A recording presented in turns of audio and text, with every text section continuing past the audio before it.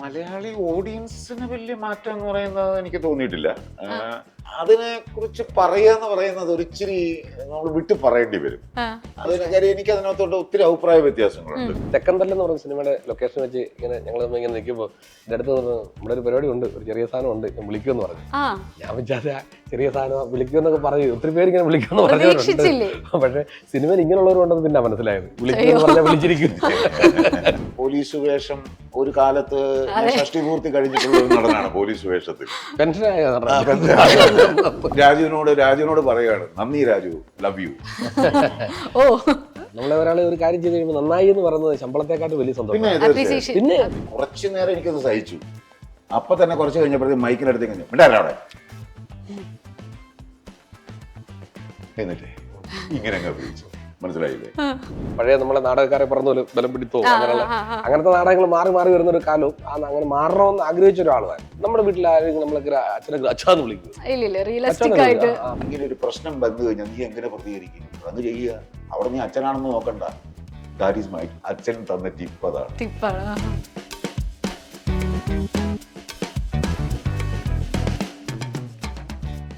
ആദ്യം മനസ്സിൽ കണ്ടു, ഇപ്പോൾ സ്ക്രീനിൽ കാണുന്ന വിലായത്ത് ബുദ്ധയിലെ 2 പേരാണ് ഇന്ന് എൻ്റെ കൂടെയുള്ളത്. ഷമ്മി തിലകനും പ്രമോദ് വെളിയനാടും. Welcome to club FM.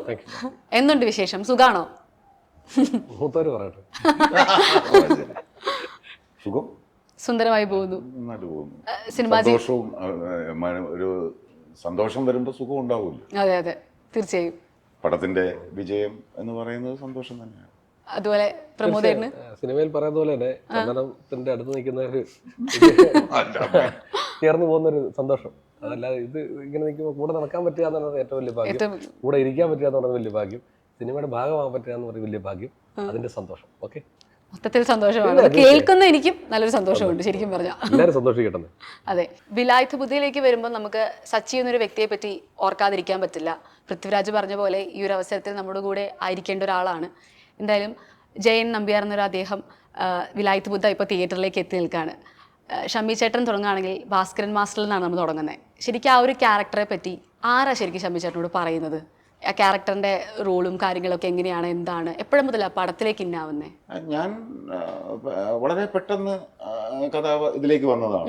എന്നെ വിളിക്കുന്നത് ജയനാണ്, ഡയറക്ടർ ആണ്. ജയൻ നമ്പ്യാരാണ് എന്നെ വിളിക്കുന്നത്. എൻ്റെ വീട്ടിൽ വന്ന് എന്നോട് അവിടെ ഇരുന്ന് ഈ കഥ അദ്ദേഹത്തിൻ്റെ മനസ്സിലുള്ള ഭാസ്കരൻ മാസ്റ്റർ, അല്ലെങ്കിൽ അദ്ദേഹം കൺസീവ് ചെയ്തിട്ടുള്ള ഭാസ്കരൻ മാസ്റ്ററെ കുറിച്ച് എൻ്റെ അടുത്ത് പറയുന്നു.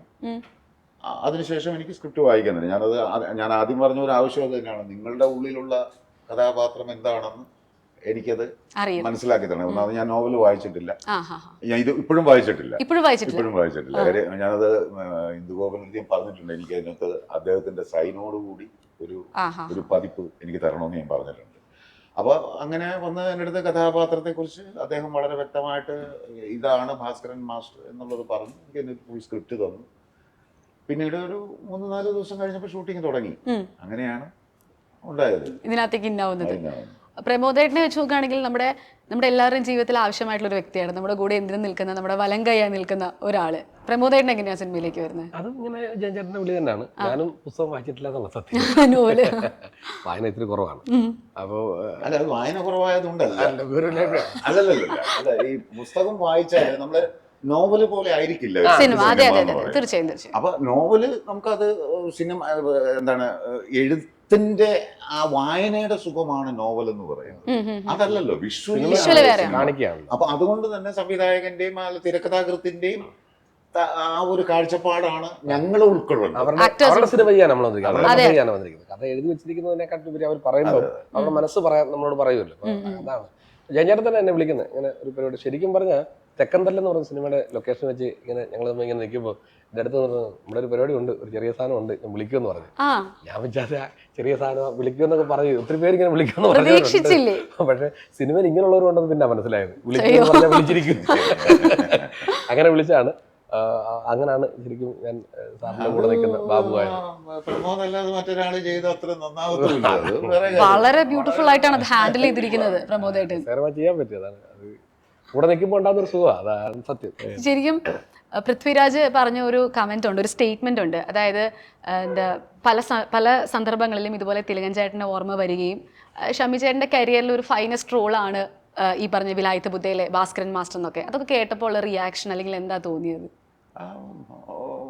പറഞ്ഞറിയിക്കാൻ പറ്റാത്ത ദേഷ്യം കയറുകയെന്ന് അറിയാമല്ലോ. അതറിയാം. എത്രത്തോളമാണ് സന്തോഷം. അത് രാജീവ് എക്സ്ക്യൂസ് മീ ആദ്യം പറയുന്നത് ഇപ്പൊ നമ്മളതിന്റെ ടൈലന്റ് ഷൂട്ടിങ് ഇപ്പൊ ഈ മാസം നവംബർ മാസം ഫസ്റ്റ് ഷൂട്ടിങ് വളരെ ലേറ്റ് ആയിട്ടാണ് അത് ആ ടൈലന്റ് ഷൂട്ട് ചെയ്യുന്നത്. അതിന്റെ ഷൂട്ടിംഗ് എന്ന് പറയുന്നത് അത് ചെയ്തതെന്ന് പറയുന്നത് ഞങ്ങൾ ചെയ്യുമ്പോൾ രാജു ആ സമയത്ത് മൊത്തം ഡബിങ് കഴിഞ്ഞിട്ടുണ്ട്. അതുവരെയുള്ള പോർഷൻസ് മുഴുവൻ ഡബ് ചെയ്തിട്ടുണ്ട്. അത് കഴിഞ്ഞിട്ടാണ് ഞങ്ങൾ തമ്മിൽ അവിടെ വെച്ച് കാണുന്നത് ആ ഒരു ടൈലന്റ് പോർഷൻ ഷൂട്ട് ചെയ്യുന്നത്. അന്നേരം അവിടെ വെച്ച് പബ്ലിക്കായിട്ട് ഞാൻ ലൊക്കേഷനിലേക്ക് മേക്കപ്പ് ഒക്കെ കഴിഞ്ഞ് ആ ജീപ്പിൽ വന്ന് അവിടെ അങ്ങനെ തന്നെയാണ് ഞാൻ വന്നത്. അങ്ങനെ വന്ന് ഇറങ്ങിയപ്പോഴത്തേക്ക് രാജുവിനെ കണ്ടിങ്ങനെ വിഷ് ചെയ്തു. രാവിലെ കാണുമ്പോൾ ഒരു വിഷ് ചെയ്തു. അപ്പോഴത്തേക്ക് അവിടെ നിന്ന് രാജുവിന്റെ ശബ്ദം അറിയാമല്ലോ, ഒരു സ്റ്റീരിയോഫോണിക് ഒരു വല്ലാത്ത ശബ്ദമാണ്, ഭയങ്കര ത്രോ ഉള്ള ഒരു വോയിസ് ആണ്. അപ്പൊ അത്രയും ഞങ്ങൾ കുറച്ച് ദൂരെയാണ് നിൽക്കുന്നത്, ഒരു ഏകദേശം ഒരു 50 മീറ്റർ അത്ര ദൂരെയായിട്ടാണ്. അവിടുന്ന് ക്ഷമിച്ചേട്ടാ എന്നും പറഞ്ഞൊരു വിളി വിളിച്ചിട്ട് ഞാൻ ചേട്ടന്റെ ഒത്തിരി സിനിമകൾ കണ്ടിട്ടില്ല, വളരെ കുറച്ച് സിനിമകളെ കണ്ടിട്ടുള്ളതിൽ ഇതുവരെ ഞാൻ കണ്ടിട്ടുള്ളതിൽ എനിക്ക് ഏറ്റവും ബ്യൂട്ടിഫുൾ അങ്ങനെ തോന്നിയിട്ടുള്ളത് എനിക്ക് പല സീനുകളിലും തിലകൻ അങ്കിളിനെ കാണാൻ സാധിച്ചു എന്നിങ്ങനെ പറഞ്ഞു. അപ്പൊ ഞാൻ ആ സീനിൽ വളരെ ചിരിച്ച് അങ്ങനത്തെ ഒരു ചെറിയ അഭിനയത്തോടുകൂടിയാണല്ലോ ആ സീനിലേക്ക് ഞാൻ വരുന്നത്. അതങ്ങോട്ട് കേട്ടപ്പോ എനിക്ക് എന്റെ ഇതങ്ങ് പോയി, കിളിപോകുമെന്ന് പറഞ്ഞില്ല, കണ്ണൊക്കെ നിറഞ്ഞിട്ട് എനിക്ക് അത് കുറച്ച് ഞാൻ എന്നിട്ട് ജയനോട് പറഞ്ഞു, ജയന ഒരു സെക്കൻഡ് ഒന്ന് ഹോൾഡ് ചെയ്യണേ, എന്നിട്ട് ഞാൻ 5 മിനിറ്റ്, കാര്യം വീണ്ടും ഞാൻ അല്ലെങ്കിൽ കണ്ണിങ്ങനെ ഗ്ലിറ്റർ ചെയ്ത് നിൽക്കുകയാണ്, കണ്ണുനീരിങ്ങനെ വന്നിട്ട് സന്തോഷം കൊണ്ടല്ല, അതുകൊണ്ടല്ല. ആ ഒരു അതെനിക്ക് തോന്നുന്നത് ആ ഒരു മനസ്സ് അത് രാജുവിനല്ലാതെ മറ്റൊരു ആക്ടർ കൊണ്ടെന്ന് എനിക്ക് തോന്നുന്നില്ല. അംഗീകരിക്കാനായിട്ടുള്ള അപ്രിഷിയേറ്റ് ചെയ്യുക, പറയുക, അതിപ്പോ അതിനെ കുറിച്ച് പറയുമ്പോ ഇപ്പൊ എന്റെ കണ്ണ് ഇതാകുന്നുണ്ട്. കാര്യം എന്താ വെച്ചാൽ ആരും ആഗ്രഹിക്കുന്ന ഒരു കാര്യമാണ് നമ്മൾ ചെയ്യുന്ന എന്ത് ജോലിയായിക്കോട്ടെ, നിങ്ങളുടെ ഈ ജോലി ആയിക്കോട്ടെ ഏതായിക്കോട്ടെ, അതിലൊരു നന്മ കാണുമ്പോ അംഗീകരിക്കുക എന്ന് പറയുന്നത് അതൊരു വലിയ ഇതാണ്. അത് എനിക്ക് തോന്നുന്നു രാജു ചെയ്ത പോലെ എനിക്ക് അത്രയും എന്റെ ജീവിതത്തിൽ അത്രയും ഫീലിംഗ് ഉണ്ടായ ഒരു നിമിഷം വേറെ ഉണ്ടായിട്ടില്ല. ഇപ്പോഴും ഞാൻ അത് ആ ഒരു രീതി തന്നെ അതിനെ കാണും. പ്രത്യേകിച്ച് കലാകാരന്മാർക്ക് ഇപ്പോ രാജുവിനോട് പറയാണ്, നന്ദി രാജു, ലവ് യു. ഓ, നമ്മളെ ഒരാളെ ഒരു കാര്യം ചെയ്ത് കഴിയുമ്പോൾ നന്നായി എന്ന് പറയുന്നത് ശമ്പളത്തെക്കാട്ടും വലിയ സന്തോഷം. പിന്നെ അതിനുവേണ്ടിയാണ് നമ്മൾ അത് കഴിഞ്ഞിട്ട് അവന് പ്രമോയ്ക്കും അത് പറഞ്ഞു. അയ്യോ, അതൊരു ഭയങ്കര മൊമെന്റ് ആയിരുന്നു. എനിക്കത് എന്റെ ജീവിതത്തിൽ ഞാൻ മറക്കില്ല. ഞാൻ ഒന്നും കടപ്പാടുണ്ടാവും. അങ്ങനെയാണെങ്കിൽ പ്രമോദേട്ടിന് ലൈഫിൽ കിട്ടിയ ഒരു അപ്രീസിയേഷൻ പെട്ടെന്ന് ഓർത്തെടുക്കാൻ പറ്റുന്നുണ്ടോ? എനിക്ക് കിട്ടിയ ഏറ്റവും ഭയങ്കര സന്തോഷമായിട്ട് നമ്മുടെ സഹപ്രവർത്തകർ എന്ന രീതിയിൽ ഒരാൾ തന്നത് എൻ്റെ ഒരു ഭയങ്കര ഒരു വൈറലായ ഒരു വീഡിയോ ഉണ്ടായിരുന്നു. 100 വയസ്സുകാരൻ്റെ ഒരു ഡയലോഗ് പറഞ്ഞു. അപ്പൊ ഞാനൊരു ഷൂട്ടിംഗ് സ്ഥലത്ത് ഫോൺ സൈലന്റ് ആക്കി വെക്കണം. അപ്പൊ ഞാനൊരു അലമാരിയിൽ ഇങ്ങനെ ചരിച്ച് വെച്ചിരിക്കുക, ലൈറ്റ് വന്നാൽ കാണാമല്ലോ ഫോണിനകത്ത്. അങ്ങനെ വെച്ചപ്പോൾ പെട്ടെന്ന് ഞാൻ ഒരു കോൾ ഞാൻ ഓടിച്ചെടുത്ത് ഒരു ഫാൻസി നമ്പറാണ് എടുത്ത് നോക്കി ചെവി വെച്ചപ്പോൾ, ഹലോ പ്രമോദല്ലേ? ഞാൻ പറഞ്ഞത്, പ്രമോദേ ഞാനിത് സിദ്ദിഖാണെന്ന് ഞെട്ടിപ്പോയി. ഞാൻ സാറേ നീ എന്തുകൂടി കാണിച്ചു വെച്ചിരിക്കും ചോദിച്ചു. കുറേ നേരം എന്നോട് സംസാരിച്ചു. അതാണ് എനിക്ക് കിട്ടിയ ഒരു നമ്മുടെ സഹപ്രവർത്തകൻ എന്ന രീതിയിൽ ഒരാൾ എന്നോട് പറഞ്ഞത്. അത് നാടകത്തിന്റെ ആണെങ്കിൽ കൂടി അങ്ങനെ അത് ഞാനിപ്പോ പറയാം, കുറെ നാൾ മുമ്പുള്ള സംഭവം. അത് തോന്നി അങ്ങനെ 1985 തുടങ്ങിയ ജീവിതം ഇപ്പോൾ 2025 വിലായത്ത് ബുദ്ധയിൽ എത്തി നിൽക്കുമ്പോൾ സിനിമയിൽ ഉദ്ദേശിച്ചത് 40 വർഷത്തോളമുള്ള സിനിമാ ജീവിതത്തിൽ ശരിക്കും ക്യാരക്ടർ ചൂസ് ചെയ്യുന്നതിൽ വന്ന മാറ്റങ്ങൾ അല്ലെങ്കിൽ രീതികൾ അത് അങ്ങനെയൊക്കെ ചോദിച്ചു കഴിഞ്ഞാൽ ഞാൻ അങ്ങനെ ചൂസ് ചെയ്യുന്നതിന് അങ്ങനെ ഒരു ഇതൊന്നും ഞാൻ വെക്കാറില്ല. കാര്യം ഒന്നാമത്തെ കാര്യം ഈ നമുക്ക് കഥാപാത്രങ്ങൾ ലഭിക്കുക എന്നൊരു വിഷയം കൂടെ ഉണ്ട്. അപ്പൊ കിട്ടുന്നത് ചെയ്യുക എന്നുള്ള ഒരു രീതിയാണ് ഞാൻ അന്നും ഇന്നും എന്നും ഞാൻ വെച്ചുകൊണ്ടിരുന്നത്. പിന്നെ ചില കഥാപാത്രം, പ്രത്യേകിച്ച് പോലീസ് വേഷം ഒരു കാലത്ത് ഷഷ്ടിപൂർത്തി കഴിഞ്ഞിട്ടുള്ള നടനാണ് പോലീസ് വേഷത്തിൽ.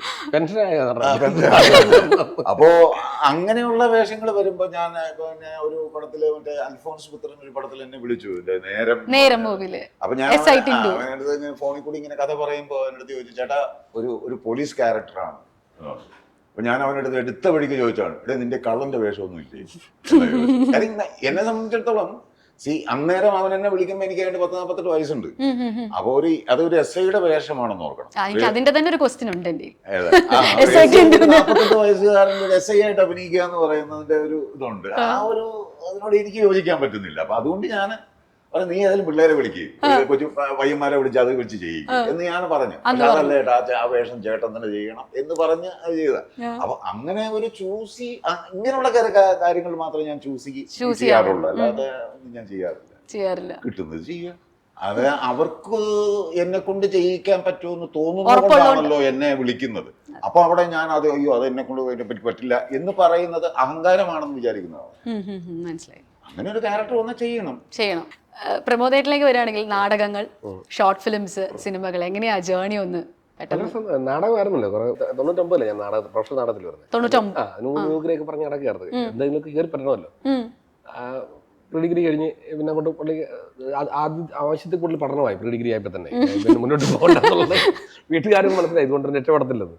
പിന്നെ മിമിക്രി ഒക്കെ പറഞ്ഞു നടന്നു. അതിന് ശേഷം 99 നാടകത്തിൽ എന്നൊക്കെ കൂടുതൽ വിദ്യാഭ്യാസം ഉണ്ടല്ലോ. മതിയല്ലോ. അങ്ങനെ പിന്നെ എന്തുകൊണ്ട് നാടകത്തിൽ കുറേയേറെ വർഷം നമ്മൾ ഈ കൊറോണ കാലം മുതലാണ് ശരിക്കും സിനിമയിൽ സജീവമാണ്. കൊറോണയ്ക്ക് ശേഷം കളയാണ് നമ്മളെ നിലനിർത്തിയ ഒരു സിനിമ. അവിടുന്ന് പിന്നെ ഇങ്ങോട്ട് അതിന് മുമ്പ് കുറച്ച് സിനിമകൾ ചെയ്തിട്ടുണ്ടെങ്കിലും ഇങ്ങോട്ട് വന്നു. ഇപ്പോഴും നാടകം കളിക്കുന്നുണ്ട്. മാടൻ മോക്ഷം എന്ന് പറയുന്നൊരു നാടകം സംസ്ഥാന സർക്കാരിന്റെ മികച്ച നടനുള്ള അവാർഡ് ഈ വർഷം എനിക്കായിരുന്നു. നല്ല നടന്, നല്ല നാടകം, മികച്ച സംവിധാനം, അങ്ങനെ 3. ശരിക്കും 2 നാടകം കളിച്ച് നിർത്താൻ വേണ്ടി ചെയ്തതാണ്.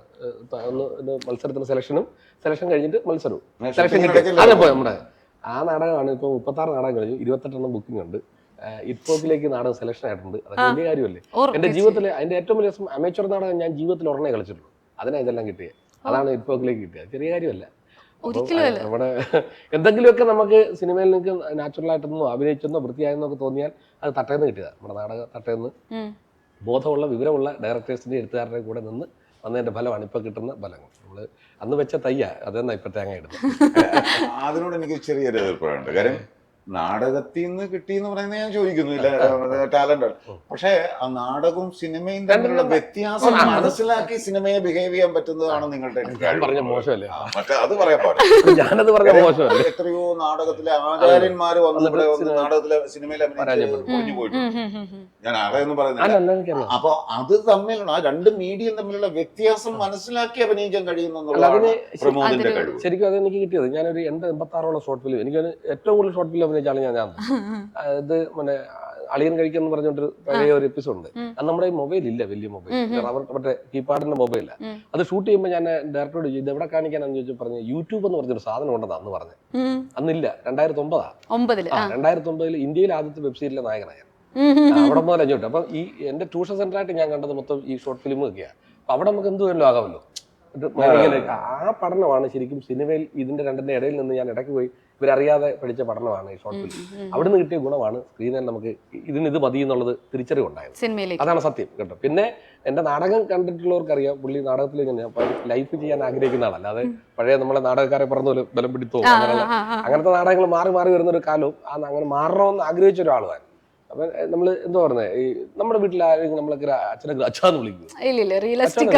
അപ്പൊ അത് കേൾക്കുമ്പോൾ നമ്മൾ ഇപ്പൊ ഈ പറഞ്ഞ വാക്കാ റിയലിസ്റ്റിക്ക. അതാണ് ശരിക്കും, അതാണ് നമ്മുടെ യാത്ര. ക്ഷമിച്ചേട്ടാ, ഒരു മലയാളി ഓഡിയൻസിന് വന്ന ഒരു വലിയ മാറ്റം ചോദിച്ചു കഴിഞ്ഞാൽ എന്തായിരിക്കും?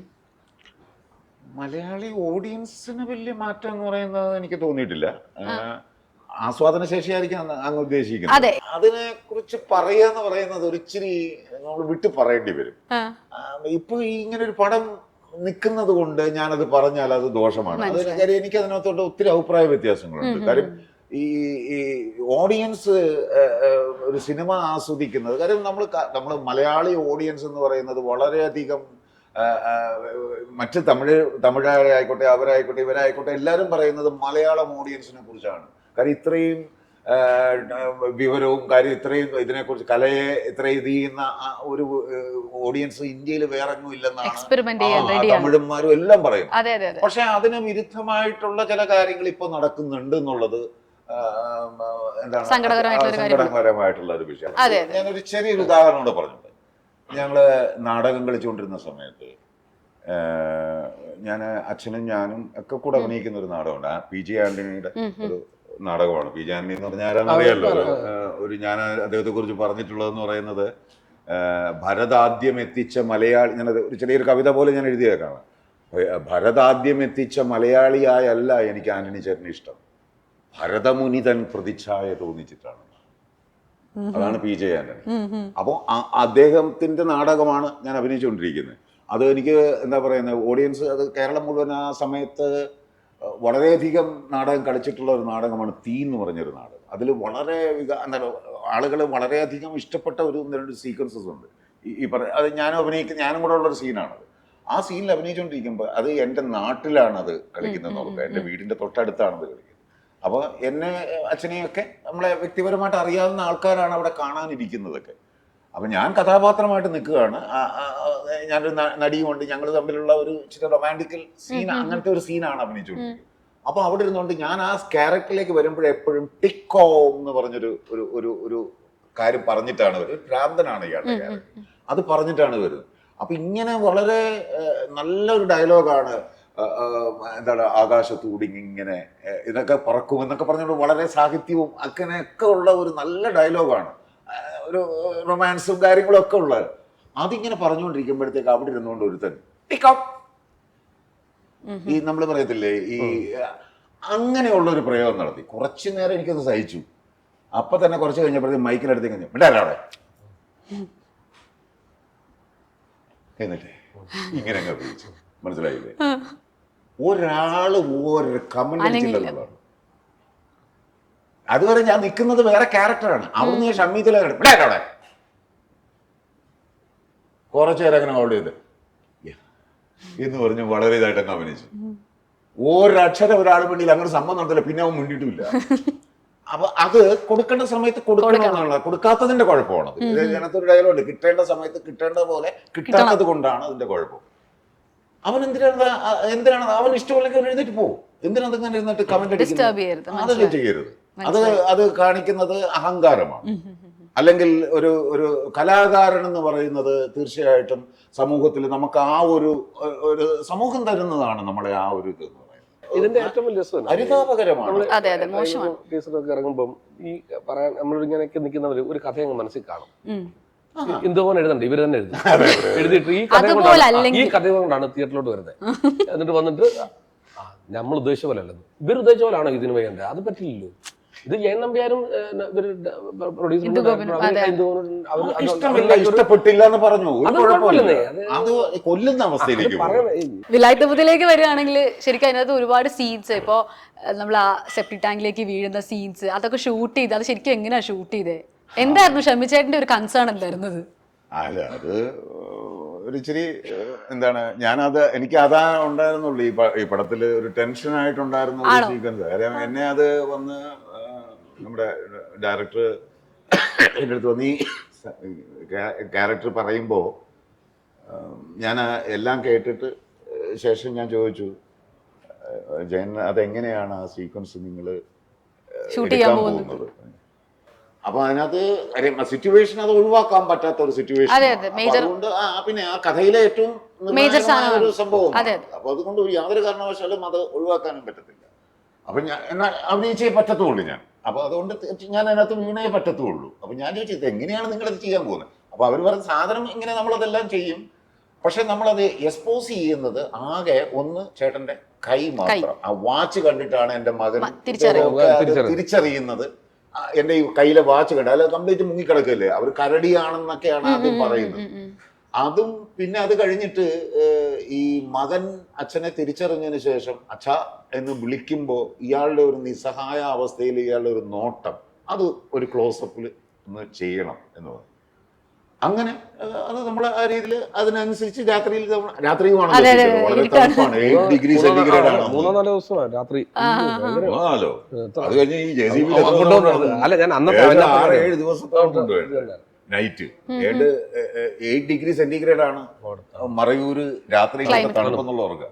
അപ്പൊ അങ്ങനെ കഴിഞ്ഞ് കഴിഞ്ഞപ്പോഴത്തേക്ക് ആദ്യത്തെ ദിവസം നമ്മളത് ഈ പറഞ്ഞ സംഭവങ്ങളൊക്കെ ഷൂട്ട് ചെയ്തു. പിന്നെ അവർ ക്രൗഡിന്റെ കുറച്ച് എന്നെ വിട്ടു, റൂമിൽ വിട്ടു. പിറ്റേ ദിവസം ഈ JCBയുടെ പോർഷൻസ് ഒക്കെ എടുക്കാനായിട്ട് JCB ഒക്കെ വന്നിട്ടുണ്ട്, അതിനുവേണ്ടി വന്നിരിക്കുക. അപ്പോഴത്തേക്ക് എൻ്റെ അടുത്ത് ജയൻ വന്ന് പറഞ്ഞത്, ഷമ്മിച്ചേട്ടാ ഒരു ചെറിയൊരിതുണ്ട്. എന്താ? അല്ല, നമ്മുടെ ക്യാമറമാന് നമ്മുടെ കാന്താരയുടെ ക്യാമറമാനാണല്ലോ അരവിന്ദ് കശ്യപ്. അപ്പൊ അദ്ദേഹത്തിന് ഒരു ആഗ്രഹം ഈ ഷമ്മിച്ചേട്ടന്റെ ആ പെർഫോമൻസ് അത് പുള്ളിക്ക് അത് ഇഷ്ടപ്പെട്ടുകൊണ്ടായിരിക്കാം. അതുകൊണ്ട് പുള്ളിക്ക് അത് ക്രെയിനിൽ വന്ന് ഈ ടാങ്കിനകത്ത് ക്യാമറ വന്നിട്ട് അവിടെ ഇരുന്ന് ക്ലോസ് എടുക്കണം. എടുത്ത് കുറേ എടുത്ത് അത് ഏകദേശം അത് മൊത്തം കഴിഞ്ഞിട്ട് അത് എഡിറ്റ് ചെയ്ത് വന്നപ്പോ ഏതാണ്ട് 50 മിനിറ്റോ മറ്റോ ഉണ്ടായിരുന്നു ആ സീൻ. ആ ഒറ്റ സീക്വൻസ്. നമ്മള് പ്രമോദേട്ടന്റെ ക്യാരക്ടറിലേക്ക് വന്നപ്പോൾ എനിക്കറിയില്ല, പേഴ്സണലി നമുക്ക് എവിടേക്കോ ഒരു ഡൗട്ട് അടിക്കുന്ന ഒരു ക്യാരക്ടർ ഉണ്ട്. ഇടയ്ക്കൊരു ഡയലോഗ് പറയുന്നുണ്ട്, ഇതിന് ഇത്രയും വില ഉണ്ടായിരുന്നെങ്കിൽ എന്നൊക്കെ ഒരു ഡൗട്ട് വരുന്നുണ്ട്. ലാസ്റ്റ് ഞാൻ പറഞ്ഞില്ല ഇതിന് ഇത്രയും വില ഉണ്ടായിരുന്നു, ഞാൻ തന്നെ. അതെ, ഇടയ്ക്ക് അത് ശരിക്കും പ്രമോദേട്ടന് കിട്ടിയൊരു ക്യാരക്ടർ ഡിസ്ക്രിപ്ഷൻ ഒന്ന് പറഞ്ഞു തരാൻ പറ്റും? ഒരു കാര്യം കൂടെ പറയാം. ഇതിന് ശരിക്കും പറഞ്ഞാൽ എന്റെ ഈ ക്യാരക്ടറിന്റെ ഒരു എന്താണ് പറയുന്നത്, ഒരു ട്വിസ്റ്റ് എന്നൊക്കെ പറയാവുന്ന പോലെ ഒരു സംഭവം എന്ന് പറയുന്നത് എന്റെ മോൻ വന്നിട്ട് എനിക്ക് ഇത് തരുന്നതാണല്ലോ, കളിക്ക് തരുന്നത്. അവന് കാരണക്കാർ ഇങ്ങനെയാണ് ആ പണി കംപ്ലീറ്റ് കാണിക്കുന്നത്. ഞാൻ പറഞ്ഞില്ലേ ഓടിയിട്ട് ചെരുപ്പ് കൊടുത്തോണ്ട് ഓടിയെന്ന് പറഞ്ഞില്ലേ, നീ ഒരു എങ്ങനെ രണ്ടു അവൻ വന്നെടുത്തോളൂ. അപ്പൊ മാറ്റാൻ വേണ്ടിയുള്ള ഐഡിയ ഒന്നും തോന്നല്ലെന്ന് പറഞ്ഞാ, നീ ഒന്നും തോന്നല്ലേ, പുള്ളി ഒന്നും മാറ്റുന്നില്ല, ഇതാവാൻ വേണ്ടി ദൂരക്കളയാ പറയുന്നത്. അതാണ് ശരിക്കും അവിടെ നിന്നാണല്ലേ അതിന്റെ അവന് തോന്നുന്നുണ്ടാകുന്നത്. പിന്നെ ഞാൻ അറിഞ്ഞായിരുന്നെങ്കിൽ ആ വേക്കറിന്റെ വേണ്ടി പന്നിക്കിട്ട് കിട്ടണം എനിക്ക്. അല്ല, പ്രമോദേട്ടന്റെ ഒരു ക്യാരക്ടർ ഡിസ്ക്രിപ്ഷൻ അതെങ്ങനെയാണെന്ന് പറഞ്ഞു. ഇങ്ങനെ തന്നെ പറഞ്ഞു, കൂടെ നിൽക്കുന്നത് എല്ലാ കാര്യങ്ങളിലും ഏറ്റവും ആയിട്ട് കൂടെ നിൽക്കുന്നതിന്റെ ഒരു വലം കൈ പോലെ.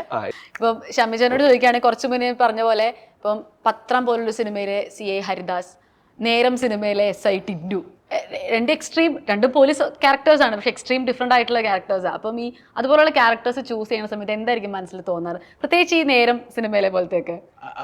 അത് ചിന്തിക്കേണ്ട ഒരു വിഷയം തന്നെയാണ്. ഒരു നടനെ സംബന്ധിച്ചിടത്തോളം നമ്മൾ മനസ്സിലാക്കേണ്ട ഈ പോലീസ് ക്യാരക്ടർ എന്ന് പറയുന്നത്, ഇപ്പൊ എന്നെ പോലുള്ള എൻ്റെ ഒരു രൂപത്തിന്റെയും അതിന്റെയൊക്കെ പ്രത്യേകത ഉണ്ടായിരിക്കും എന്നെ കൂടുതൽ പോലീസ് വേഷത്തിൽ ആ സമയത്ത് വിളിച്ചിട്ടുള്ളത്. പക്ഷേ നമ്മളൊന്ന് ആലോചിച്ച് നോക്കുക, എത്ര നല്ല നടനാണെങ്കിലും ഒരു ക്യാരക്ടർ ഒരേ ക്യാരക്ടർ, ഇപ്പൊ പോലീസ് ക്യാരക്ടർ എന്താണ്, നമുക്ക് അതിന്റെ കോസ്റ്റ്യൂമിലോ അല്ലെങ്കിൽ മേക്കപ്പിലോ ഒരു ചേഞ്ചും കൊണ്ടുവരാൻ പറ്റത്തില്ല. കാര്യം ഡ്രസ് എന്ന് പറയുന്നത് തന്നെയാണ്. അതിനി SI ആയിട്ട് അഭിനയിച്ചാലും DGP ആയിട്ട് അഭിനയിച്ചാലും ഒരേ ഡ്രസ്സാണ്. അതുപോലെ തന്നെ നമുക്കൊരു താടി വളർത്താനോ ഒരു ബുൾഗാം വെക്കാനോ അല്ലെങ്കിൽ ഒരു മീശ ഒരു പ്രത്യേക രീതിയിൽ മലയാളത്തിൽ തമിഴിലാണ് പറ്റത്തില്ല, അങ്ങനെ ചെയ്യാൻ പറ്റത്തില്ല. അതുപോലെ എന്താണ് ഒരു കൃതാവ് ഇച്ചിരി ഇങ്ങനെയൊക്കെ ഒരു വീതുള്ളി കൃതാവ് വെക്കാൻ അതൊന്നും പറ്റത്തില്ല. ഒരു മാറ്റവും വരുത്താൻ പറ്റില്ല. ഈ ആകെ നമ്മളത് തിരിച്ചറിയുന്നത് ഈ നക്ഷത്രം കണ്ടിട്ട് മാത്രമാണ് ഈ SI ആണോ CI ആണോ അല്ലെങ്കിൽ DYSP ആണോ DGP ആണോ എന്നൊക്കെ നമ്മൾ തിരിച്ചറിയുന്നത്. അല്ലാതെ ഒരു മാറ്റവും നമുക്ക് വരുത്താൻ പറ്റത്തില്ല. അപ്പൊ അങ്ങനെ ഉള്ളപ്പോ നമ്മൾ ഒരു എത്ര നല്ല കഴിവുള്ള നടനായിക്കോട്ടെ, നമുക്ക് കൂടി വന്നാൽ നമുക്ക് ഒത്തിരി ഒബ്സർവേഷൻസ് ഉണ്ട്. നമ്മൾ പല ഓഫീസേഴ്സിനെയൊക്കെ നമ്മൾ കണ്ടിട്ടുണ്ട്. ഒരു 10 വേഷം നമുക്ക് ഡിഫറെന്റ് ആയിട്ട് ചെയ്യാൻ പറ്റും, ഇല്ലേ? ഭയങ്കര ടാലന്റഡ് ആയിട്ടുള്ള ഇപ്പൊ എന്താണ് നമ്മളിപ്പോ യൂൾ ബ്രിന്നർ എന്നൊക്കെ പറയുന്ന അതുപോലെയൊക്കെ ഉള്ള വലിയ ആക്ടേഴ്സ് വിചാരിച്ചു കഴിഞ്ഞാൽ ഒരു 10 വേഷം ഡിഫറെന്റ് ആയിട്ട് ഒരു ഊക്കൻ ടിൻഡു എന്ന് പറയുന്ന ഒരു ക്യാരക്ടർ ഒരു ശൈലി, മറ്റേത് ഇപ്പൊ നിങ്ങൾ പറഞ്ഞ മറ്റേ വേഷം വേറൊരു ശൈലി. ഞാൻ ഷഷ്ടിപൂർത്തി കഴിഞ്ഞു. അതെങ്ങനെ? അവിടെ ഞാൻ വെച്ചിരിക്കുന്ന എന്റെ ഒരു രീതി എന്ന് പറയുന്നത്, ഈ സംവിധായകന്റെ ഉള്ളിൽ ഒരു പോലീസുകാരനുണ്ടാവും, അല്ലെങ്കിൽ ഈ റൈറ്ററുടെ ഉള്ളിൽ മനസ്സിൽ അവൻ കണ്ടിട്ടുള്ള ഒരു പോലീസ് ഉണ്ടാവും. ഇപ്പൊ ഷമ്മി തിലകന്റെ ഉള്ളിൽ 3-4 പോലീസ് ഓഫീസർ അവരുടെ പരിചയമുള്ള ഫ്രണ്ട്സോ മറ്റവരും മറ്റൊക്കെ ഉള്ള ഒബ്സർവേഷനിൽ കിട്ടിയിട്ടുള്ള കുറച്ച് ക്യാരക്ടറുകളുണ്ട്. അതിൽ നിന്ന് ഡിഫറെന്റ് ആയിട്ടൊരു പോലീസ് ഓഫീസർ ആയിരിക്കും ഇവന്റെ ഉള്ളിലുള്ളത്. അപ്പൊ അവന്റെ ഉള്ളിലേക്ക് കയറി ചെന്ന് അവനതെങ്ങനെയാണ് അവന്റെ ഉള്ളിൽ അതിരിക്കുന്നത്, ചിലപ്പോ അവനത് പറഞ്ഞു തരാനായിട്ട് ചിലപ്പോ പറ്റിയെന്ന് വരത്തില്ല. ഏത് ഈ രീതിയിലാണ് ചേട്ടാ, ഇങ്ങനെയാണ് അവന്റെ ഡയലോഗ് രീതി എന്നൊന്നും പറഞ്ഞു തരാൻ പറ്റത്തില്ല. അപ്പൊ അവരോട് ചില നമ്മൾ ചോദിക്കുന്ന ചോദ്യങ്ങൾ ചിലപ്പോൾ പൊട്ട ചോദ്യങ്ങളായിരിക്കും. അവരെനിക്ക് നിങ്ങൾ എന്ത് ഇങ്ങനെയുള്ള ചോദ്യങ്ങളൊക്കെ ചോദിക്കുന്നത്, ഈ കഥ ഞാൻ കേൾക്കുന്ന ഇവന്റെ ഉള്ളിൽ ഇരിക്കുന്ന എന്താണെന്ന് അറിയാൻ വേണ്ടി ചില പൊട്ട ചോദ്യമായിരിക്കും. ആ ചോദ്യങ്ങൾ ചോദിക്കുമ്പോഴത്തേക്ക് അവൻ ഇങ്ങനെ പറയുകയാണ്. കാര്യം അന്നേരം നമ്മൾ ഒരു വിവരമില്ലാത്തവനാണ് ഈ ചോദിക്കുന്നത് എന്നുള്ള തോന്നില്ല. അവൻ ഇങ്ങനെ ഇങ്ങോട്ട് കൂടുതൽ എക്സ്പ്ലെയിൻ ചെയ്യും. ആ എക്സ്പ്ലെയിൻ ചെയ്യുമ്പോൾ അവന്റെ മനസ്സിലുള്ള ക്യാരക്ടർ നമുക്ക് കിട്ടും. പിന്നെ അത് ആ രീതിയിൽ ചെയ്യാനായിട്ട് ശ്രമിക്കും. അതുപോലെ തന്നെയാണ് ഈ ആക്ച്വലി ഈ വിലായത്ത് പുത്തി ഞാൻ ചെയ്തിരിക്കുന്നത്. കാര്യം എൻ്റെ അടുത്ത് ജയൻ വന്ന് പറഞ്ഞപ്പോൾ എൻ്റെ അടുത്ത് ഒരു വാചകം ഈ ക്യാരക്ടറിൽ അവസാനം പറഞ്ഞു വന്നു കഴിഞ്ഞപ്പോൾ ഒരു ഡയലോഗ് പറഞ്ഞു. ചേട്ടാ എൻ്റെ മാത്രമല്ല രാജുവിൻ്റെയും എല്ലാവരുടെയും മനസ്സിൽ ഞങ്ങൾക്ക് ഈ ഭാസ്കരൻ മാസ്റ്റർ എന്ന് പറയുന്ന കഥാപാത്രം തിലകൻ സാറ് ചെയ്താൽ തിലകൻ സാറിന്റെ ഒരു ശൈലിയിലാണ് ഇത് വേണ്ടത് എന്നതാണ്. അവിടെ എനിക്ക് ക്യാരക്ടർ കിട്ടി, മനസ്സിലായില്ലേ? ആ ഒരു സ്റ്റേറ്റ്മെന്റ് കിട്ടി. പിന്നെ ഇതിനകത്ത് പല ഡയലോഗുകൾ, ഇന്ദുഗോപന്റെ പല ഡയലോഗുകളുണ്ട്. അതിൽ ഉദാഹരണം പറഞ്ഞ നമ്മൾ ആ ഒരു സീനില്ലേ, നമ്മളെല്ലാം കൊണ്ടുള്ള ചന്ദനമരത്തെ കുറിച്ച് പറയുന്ന ഒരു ഡയലോഗ്, ആ ചന്ദനം അതിന്റെ അകിലിന്റെ വേര് അവിടെ പോയി കുത്തിക്കയറ്റും, എന്നിട്ട് അവന്റെ ഒരു പരാന്നഭോജിയാണ് ഈ ചന്ദനം എന്നൊക്കെ പറയുന്ന. അതിലൊക്കെ ഈ ക്യാരക്ടർ ഉണ്ട്, ഈ ക്യാരക്ടറിന്റെ സ്വഭാവം അതിനകത്തുണ്ട്. അതിന്റെ കൂടെ അതിന്റെ ശൈലി എന്ന് പറയുന്നത് തിലകൻ സാറിന്റെ ശൈലിയാണെന്ന് പറഞ്ഞു. ദാറ്റ് മീൻസ് അതെനിക്ക് ഞാൻ ഈ ചെറുപ്പം മുതലേ കണ്ടുവന്ന ഒരു രീതിയാണത്.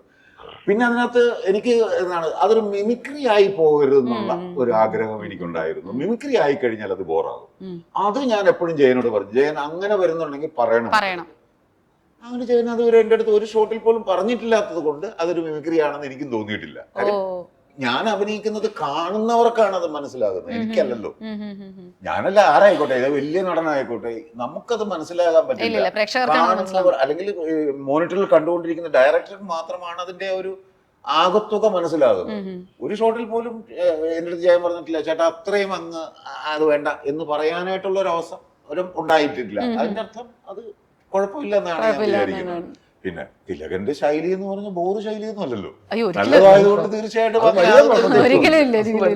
അതുകൊണ്ട് അത് അങ്ങനെ പറയുന്നതിൽ എനിക്ക് അഭിമാനമുണ്ട് എന്ന് പറയുന്നതിലും ഞാൻ അഭിമാനിക്കുന്നു. വലിയ സന്തോഷമുണ്ട്. പെട്ടെന്നൊരു കാര്യം ചോദിച്ചാൽ, അച്ഛനിൽ നിന്ന് കിട്ടിയ ഒരു ടിപ്പ് ഇപ്പൊ മകന് പറഞ്ഞു കൊടുക്കുന്ന ഒരു ടിപ്പ് അങ്ങനെ എന്തുണ്ടോ? അച്ഛനിൽ നിന്ന് തന്നിട്ടുള്ളത് ടിപ്പ് എന്ന് പറയുന്നത്, എന്റെ അച്ഛന്റെ കൂടെ ഞാൻ ഈ അതേ ആനിച്ചേട്ടൻ്റെ രശ്മി എന്ന് പറഞ്ഞൊരു നാടകം ഞാൻ അഭിനയിച്ചു. അതില് അച്ഛന്റെ അനിയനായിട്ടാണ് ഞാൻ അഭിനയിക്കുന്നത്. ഞാൻ അതിനകത്തൊരു നെഗറ്റീവ് വില്ലൻ റോളാണ്.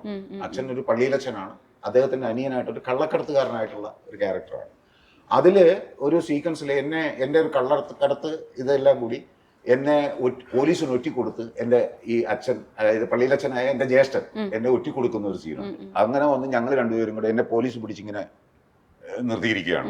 ഞങ്ങൾ രണ്ടുകൂടെ ഫേസ് ടു ഫേസ് വരും.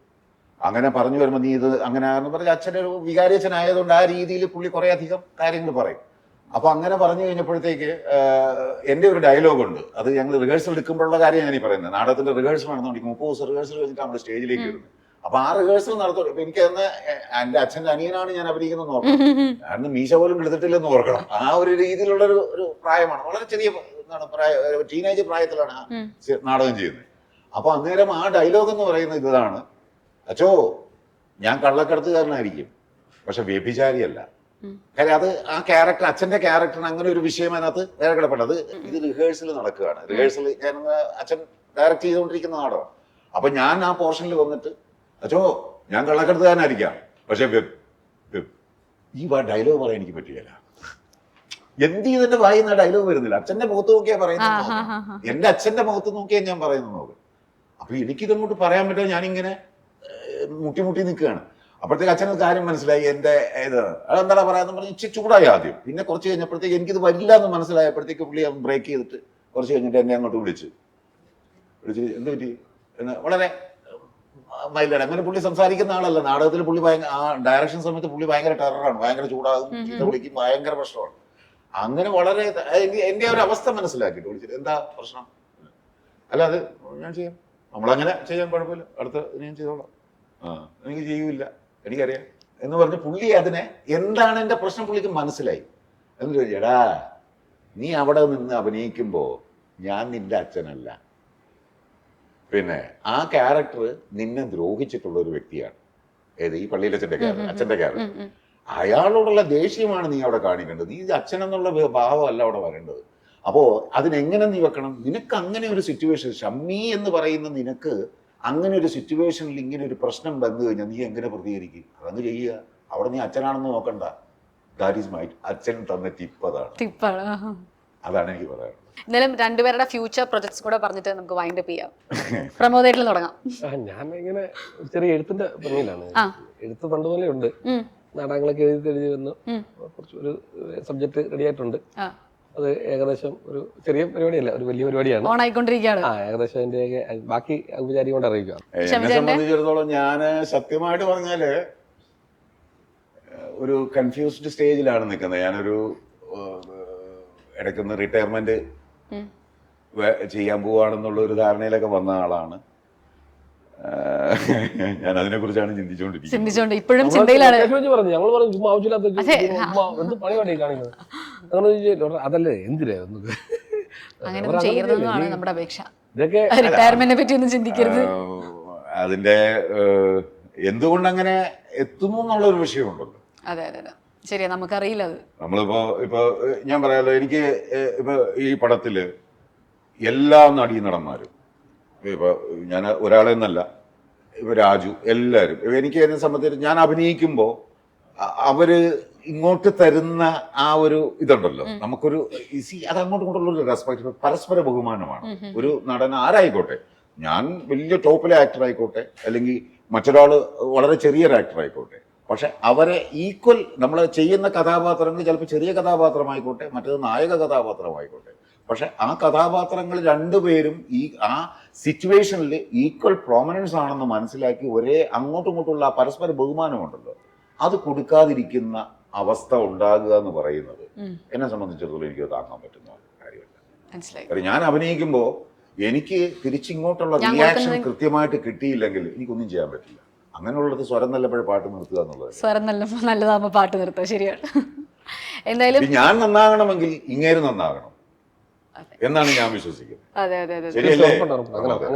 ഞാൻ എന്റെ കഥാപാത്രം നന്നാകണമെങ്കിൽ എന്റെ കൂടെ അഭിനയിക്കുന്ന പ്രമോദിന്റെ ക്യാരക്ടർ ചെറുതായിക്കോട്ടെ വലിയതായിക്കോട്ടെ, അല്ലെങ്കിൽ പൃഥ്വിരാജിന്റെ ക്യാരക്ടർ ആയിക്കോട്ടെ, പൃഥ്വിരാജ് നന്നായില്ലേ ഞാൻ നന്നാകില്ല എന്ന് വിശ്വസിക്കുന്ന ആളാണ്. അപ്പൊ അതുപോലെ ഇങ്ങോട്ട് തരുമ്പോ അങ്ങോട്ടും കിട്ടും. അതായത് ഞാൻ അഭിനയിക്കുമ്പോൾ പൃഥ്വിരാജ് ഇങ്ങനെ നിന്ന് കഴിഞ്ഞാൽ എനിക്ക് എന്താ ചെയ്യാൻ പറ്റും? അതുകൊണ്ടാണ് എല്ലാം കൂടെ നന്നാകണം. മനസ്സിലായി. എന്തായാലും രണ്ടുപേരുടെയും പേഴ്സണൽ ചോയ്സസ് എന്ത് തന്നെയാണെങ്കിലും all the best and thank you so much.